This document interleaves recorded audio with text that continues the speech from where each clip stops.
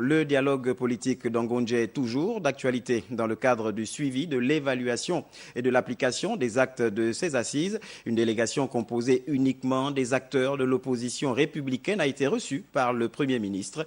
Moussa Nzengi, Gérard Magnagna, nous font le point.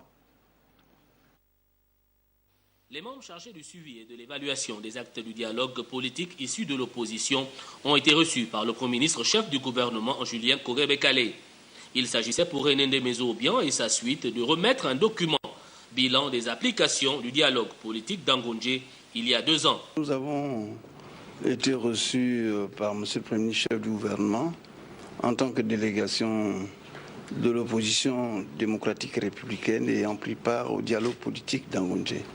Nous sommes venus à la rencontre de M. le Premier ministre qui a bien voulu nous recevoir pour lui faire état du travail qui a été effectué par notre camp politique sur l'application des actes du dialogue politique d'Angonje.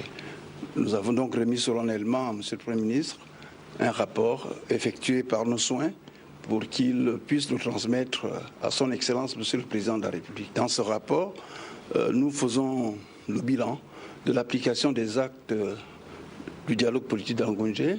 Nous regardons les avancées, nous voyons aussi ce qui n'a pas été toujours bien appliqué ou été mal appliqué et nous faisons des suggestions qui vont toutes dans le sens de demander la réactivation des activités du comité de suivi et évaluation des actes d'Angonje pour mieux les appliquer intégralement. Le dialogue politique d'Angonje était une rencontre organisée entre le gouvernement et une partie de l'opposition.